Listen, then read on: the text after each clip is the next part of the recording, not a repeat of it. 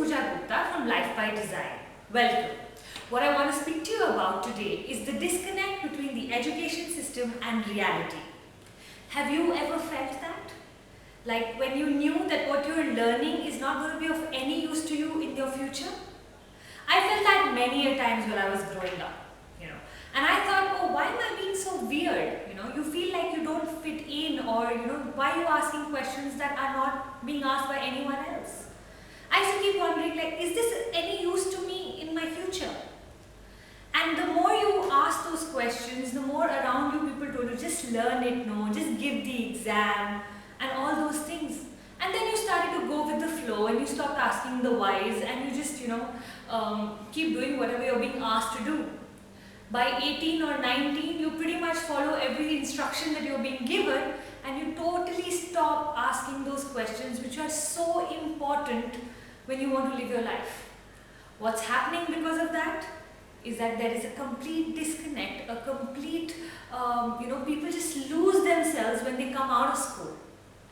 You go into college very enthusiastically, imagining that, okay, now I will learn stuff that will serve me in my life.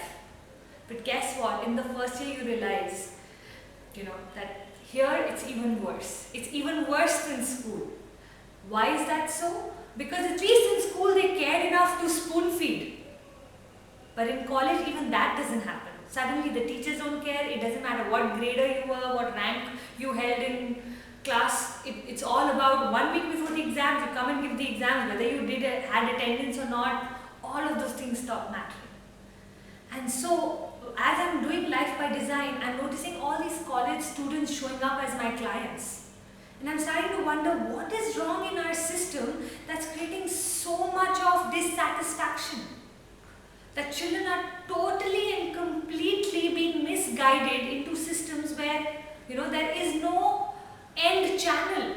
They don't know how this education of college is going to help them eventually. And so 4 years more of their prime time go into not understanding what you're doing and why you're doing it. By the time they're coming out of college, what's happening? They're joining a job or they're taking up some work, but they only know how to take in knowledge. They haven't been taught how to take it out. So the applied knowledge, the lack of applied knowledge in that human being totally gets him completely disturbed, distracted, and so unfulfilled. That's where my concern is. When I'm meeting these youngsters who are filled with energy, getting lost, I am feeling anger inside of me. What are we doing to the youth of today? This is our future generation. Is this what we want them to be? And I'm trying to solve this problem going backwards, really trying to understand where is it starting, at what point, what needs to be done. And the more I'm thinking about it, I'm in the process. I can't say I've come up with the solution, but I definitely want you to become aware of this problem. I'm pretty sure you already know what I'm saying, that it already exists around you. The whole reason why in every day in the newspaper we're reading suicides, children running away from home, dissatisfied adults, bad relationships, because children were not taught at a young age to really live their passion. Things that they enjoyed doing were told by parents to them that please don't do. Instead, do what you don't enjoy doing, which is studying. Leave painting, start studying. Leave dancing, start studying. Leave whatever that was and start studying. The more they studied, the more disconnected they kept getting to their passion. So this whole problem that is showing up is now becoming more and more clearer, and parents are getting frustrated. I am one of them, and I'm going to guess the fact that you're watching this video, you're one of them. What can we do about this? As I was going through all the process of what we can do about this, some of the answers that are coming is they need to learn basic life skills. The skills that I was taught at the age of 30 in America need to be introduced in the schooling system at a much younger age. If we can teach them that will be amazing, because that's when they are forming all their belief systems. If fact, that point itself, we teach them that goal setting is important, darling. You must take responsibility of your life. What is it you really want to do? If this is your idea, how can we execute it to bring it into reality? Can you imagine how different your child would be? If he had any hope and dreams and you help him fulfill it, what his level of confidence will be, what his self-esteem will be. And then he takes all these small baby steps, keeps raising his confidence. By the time he's in 12th standard, he's booming, oozing, confidence, becomes this great communicator, because confidence is something that you naturally need when you want to communicate, has clarity in his life, has courage, because now he knows how failure is not a different thing. Failure is the process through which we get success. Children play video games all the time. They truly understand that it's important to fail a few rounds before they can cross that round. They understand that naturally, and yet we teach them the other way. So truly what I'm trying to tell you here is that what about a place, an environment which serves the children, which gives them the opportunity to get that kind of clarity by discovering themselves, by truly living out their passion, understanding the life skills, getting connected to professionals who are experts in their field, and absolutely opening up these possibilities that can exist in the world for them. And all of this while they think it's just play. I mean, wouldn't that be amazing?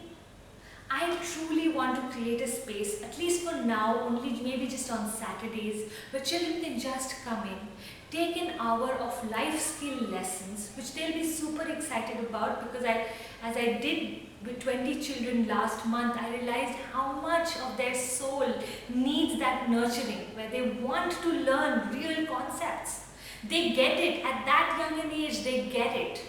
And that just totally blew me away. And then they talk about what they're passionate about. It could be cooking, it could be dancing, it could be singing, it could be painting. And we teach them how to apply that knowledge. So a painter does 10 canvases, a dancer does a performance, a photography, like a session can happen where we can actually frame those photographs and have an exhibition. There is so much we can do. A little chef can cook for his birthday or for someone else's birthday or for the cafeteria in this space. I'm just amazed at what all we can do with our children, where they will naturally learn finances, business acumen. All of that will just become like the sideline.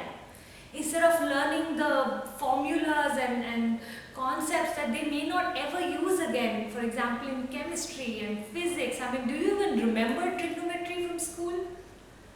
How would your child be if that was an environment given to him? I just want to start talking about all this to create an awareness. I hope you will help me do the same. Let's all of us parents get together, form a team, and really see how can we bring out the best in our child and not create a sleeping, walking zombie who by 12th standard or first year college has no idea where his life is supposed to go and what he's supposed to be doing. I hope you truly understand that all I mean to do here is care. Care for those little kids that I'm seeing their light die. Literally. I mean, they're born with so much of enthusiasm and energy and excitement and curiosity. And by the age of 9, 10, 11, I don't know what we're doing, but they're totally, the light's gone. So please join me in this crusade of mine. We're going to change the education system slowly, tiny steps, baby steps, one at a time. But let's at least start the conversation. Thank you so much.